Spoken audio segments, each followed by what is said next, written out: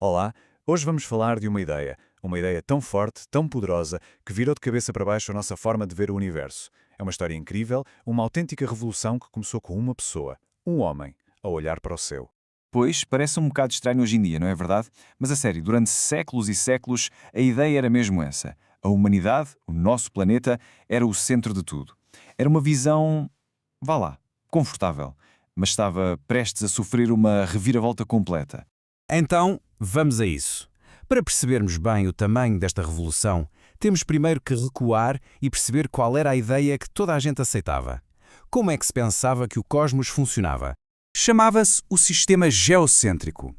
Geo, como em geografia, quer dizer terra. A ideia, que foi muito defendida por um astrónomo chamado Ptolomeu, era simples. A Terra estava parada, quietinha no centro, e tudo o resto, o Sol, a Lua, os planetas, as estrelas, girava à nossa volta em órbitas perfeitinhas, como se estivessem presos a esferas de cristal. E sejamos honestos, isto fazia todo o sentido, não fazia? Quer dizer, basta olhar para o céu. Vemos o Sol a nascer de um lado, a atravessar o céu e a pôr-se do outro. À noite, as estrelas fazem a mesma viagem. E nós, bem, nós não sentimos a Terra a mexer-se, pois não? Parecia óbvio. Mas havia um mas. É que havia um problema. Alguns planetas, de vez em quando, pareciam andar para trás no céu por um bocado. Um comportamento muito esquisito. A isto chama-se movimento retrógrado. Para explicar isto, o sistema geocêntrico precisou de um remendo, uma complicação chamada epiciclos. Imaginem isto. Era como se os planetas, enquanto giravam à volta da Terra, também fizessem pequenas voltinhas, uns minicírculos pelo caminho. O sistema começou a ficar confuso, muito confuso. Pois é, e é exatamente aqui, no meio desta confusão toda, que entra a personagem principal da nossa história. Um astrónomo que olhou para estes epiciclos e toda esta complicação e pensou, não, tem que haver uma explicação mais simples, mais elegante. Esse astrónomo era Nicolau Copérnico. Ele dedicou a vida a estudar os céus, convencido de que a natureza não podia ser assim tão desarrumada. Tinha de haver uma explicação melhor, mais lógica, para o movimento dos planetas. E a ideia que ele propôs foi absolutamente radical para a época. Era o sistema heliocêntrico. Hélio, desta vez, vem de Hélios, o deus grego do Sol. A proposta dele? O Sol é que está no centro. E a Terra? A Terra é só mais um planeta a girar à volta do Sol, tal como Marte, Vênus e os outros. Uma ideia bombástica. Olhem só para a diferença. No modelo geocêntrico, o centro é a Terra. No heliocêntrico, é o Sol. Num, a Terra está imóvel, no outro, está a rodar e a orbitar. De repente, o Sol deixa de ser um satélite da Terra para ser a nossa estrela central. E a melhor parte? A complexidade, aqueles epiciclos todos confusos, puf, desaparecem.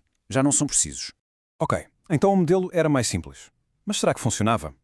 A verdadeira genialidade da ideia de Copérnico foi a forma como, de repente, mistérios antigos do céu passaram a fazer todo o sentido. Lembram-se daquele problema dos planetas que pareciam andar para trás? O tal movimento retrógrado? Pois, esse era o grande teste. Se o modelo de Copérnico estivesse certo, tinha de explicar aquilo de forma simples, sem precisar de epiciclos nem de outras complicações. E a explicação de Copérnico é genial. Ele disse que era apenas uma ilusão de ótica.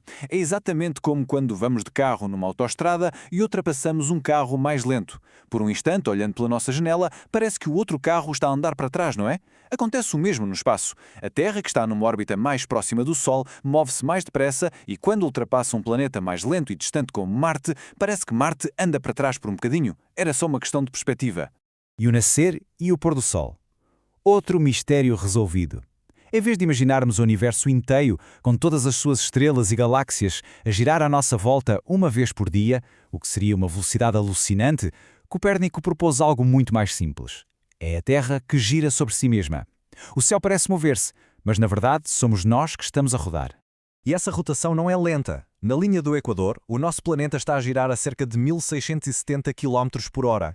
É uma velocidade incrível e nem damos por ela. Mas é precisamente este movimento que cria o ciclo do dia e da noite. Ora bem, a ideia de Copérnico era fantástica. Matematicamente fazia muito mais sentido. Mas, na altura, continuava a ser apenas isso. Uma ideia, uma teoria. Faltava a prova. E para isso, foram precisos outros grandes cientistas e uma invenção revolucionária. Copérnico escreveu tudo isto no seu grande livro, mas ele sabia o quão chocante era a sua ideia. Por isso, teve medo. Medo de ser gozado, de não ser levado a sério. E por isso, hesitou durante décadas antes de publicar. A história que se conta é que ele recebeu a primeira cópia impressa do livro no dia em que morreu, em 1543. Um final quase de filme para uma vida de descobertas. E a prova chegou, umas décadas mais tarde, graças a Galileu Galilei e ao seu telescópio. Quando ele apontou o telescópio para o céu, viu coisas que ninguém tinha visto antes. Viu 4 luas a girar à volta de Júpiter. Isto era a prova de que nem tudo no universo girava à volta da Terra. Viu que o planeta Vênus tinha fases como a nossa Lua, o que só era possível se Vênus girasse à volta do Sol. E viu montanhas e crateras na Lua, mostrando que os céus não eram perfeitos e imutáveis. Eram as provas de que Copérnico precisava.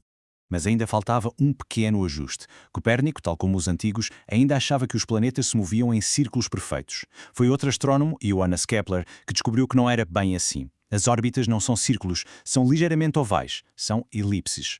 Com esta correção, o modelo de Copérnico ficou quase perfeito, capaz de prever os movimentos dos planetas com uma precisão incrível. Portanto, como estamos a ver, esta mudança de um universo com a Terra no centro para um com o Sol no centro foi muito mais do que um simples pormenor de astronomia. Foi uma das maiores revoluções no pensamento humano. De sempre. Pensem nisto. A revolução de Copérnico não foi só sobre reorganizar os planetas. Foi sobre reorganizar o nosso lugar no cosmos. Deixámos de ser o centro de tudo, os atores principais no palco do universo, para passarmos a ser habitantes de um pequeno planeta azul, num sistema solar bastante comum, numa galáxia entre bilhões. Foi uma enorme lição de humildade, que abriu a porta a tudo o que sabemos hoje. É por isso que o trabalho de Nicolau Copérnico é visto como o ponto de partida da astronomia moderna. Porquê? Porque ele usou a matemática e a observação para construir a sua teoria, em vez de se basear apenas no que parecia ser verdade ou na tradição. E isto é a base da ciência como a conhecemos hoje. E esta ideia abriu o caminho para tudo o que veio a seguir. Isaac Newton, por exemplo, só conseguiu formular a sua lei da gravitação universal porque partiu do princípio que a Terra orbitava o Sol. E sem as leis de Newton não teríamos satélites, GPS, sondas a explorar Marte. Toda a nossa exploração espacial moderna está assente nesta fundação que Copérnico começou a construir. E isto deixa-nos com uma última pergunta para pensarmos. A história de Copérnico ensina-nos uma lição muito importante, que até as ideias que parecem mais óbvias e certas podem um dia revelar-se erradas. A ciência avança precisamente assim, questionando, duvidando, procurando novas respostas. Então a pergunta é: que ideia que hoje todos aceitamos como verdade poderá ser a próxima grande revolução científica?